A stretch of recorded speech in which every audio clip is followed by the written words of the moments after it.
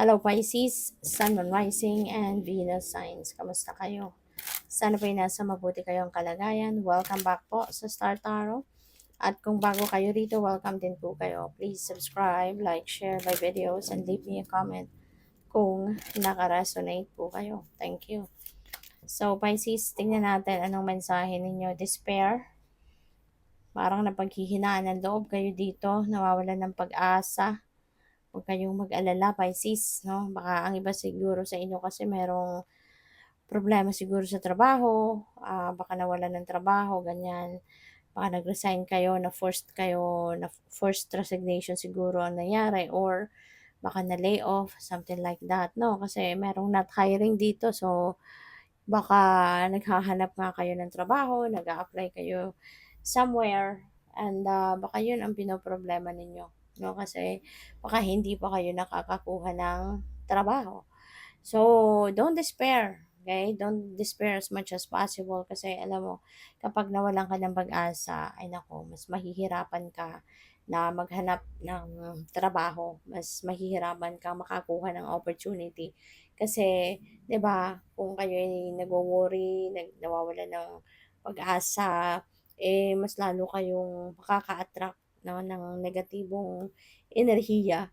So, wala, 'di ba? Wala kayong chance diyan na makakuha kayo ng magandang trabaho kung gano'n ang klaseng energy ang ipu-put out ninyo into the universe, alright? Kaya don't despair, okay? Don't lose hope.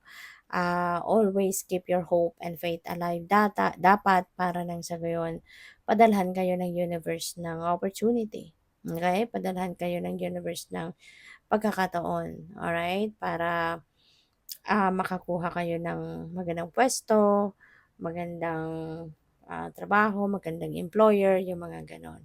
Okay? And huwag kayong mag-alala kasi when one door closes, it's because another door will open up for you. So kung ano man itong kunyari, trabaho, let's say for example, na-lay off kayo, 'di ba?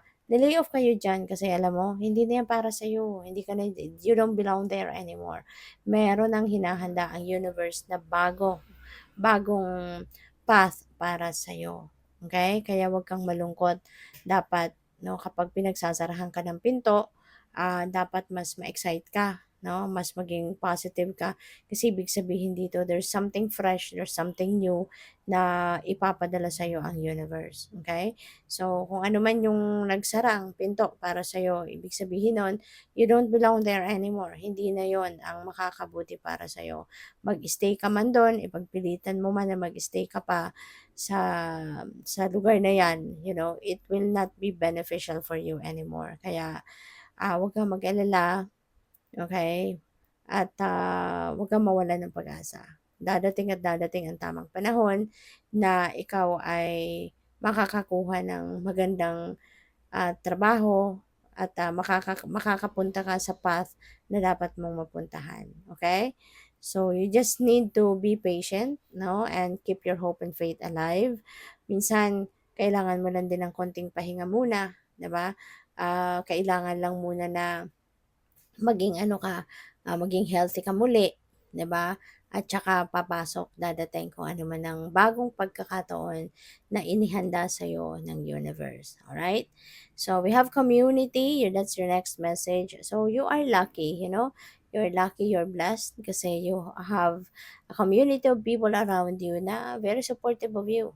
No? So, huwag ka mag-alala kasi maaari na manggagaling dyan sa community na yan yung mga tao na po puwedeng gagamitin ng universe to bring you the opportunity, no, na magbubukas ng oportunidad para sa'yo, para sa bago mong trabaho or bagong career or bagong pagkakakitaan, So, the support will be there, okay? Kaya 'wag kang mag-alala, alright?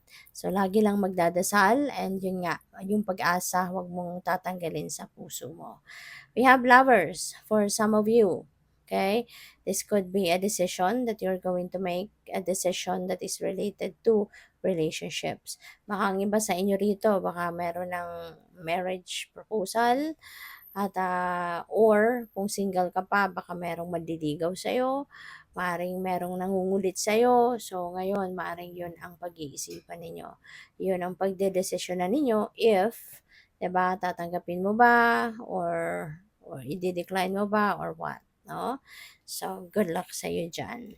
So, by the way, maraming salamat for subscribing, and if you haven't subscribed yet, subscribe na kayo.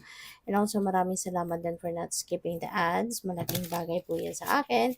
And also, please click the join button sa baba ng video kung gusto po ninyo na mag-join kayo sa membership. Okay? Salamat po.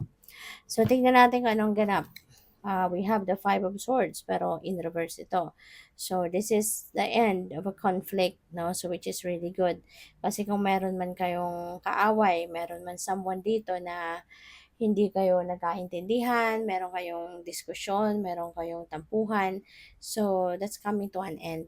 No, kung ano man yung tampuhan ninyo, matatapos na yan, magkakaroon na dito ng pagbabate, pagkakaayos, magkakausap kayo, you may enter a compromise, and definitely you will be moving on, no, from that chaos, kasi masosolve mo na, no, masosolve nyo na kung ano man itong hindi ninyo pagkakaunawaan.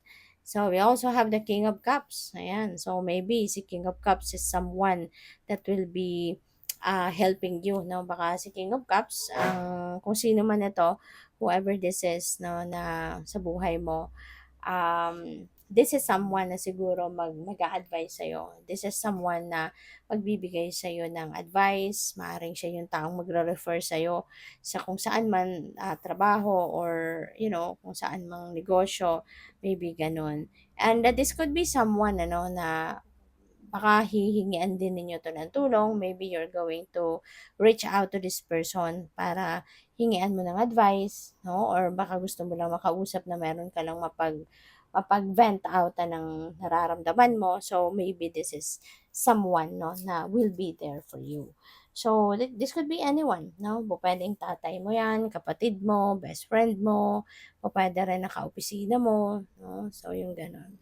So, what else? We have the Ace of Swords. You're definitely going to start something new in your life. Pisces, huwag kang mag-alala kasi malilinawan din ang inyong isipan. So, this could be related to this as well. No? Maaari, no, na 'di ba meron kayong desisyon na kailangan gawin. So, maaaring yung clarity na to na parating, yung bagong idea, bagong clarity, epiphany, na dadating sa'yo, maybe malaking tulong yan para makapag-decision ka, makapag-isip ka ng tamang gawin.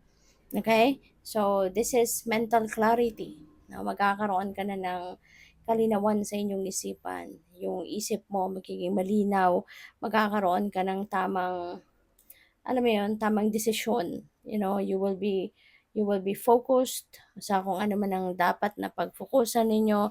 And yeah, so this is success, this is victory as well. So kung ano man itong mga bagay, no, na maaring uh, magulo sa isip mo, magulo sa buhay mo.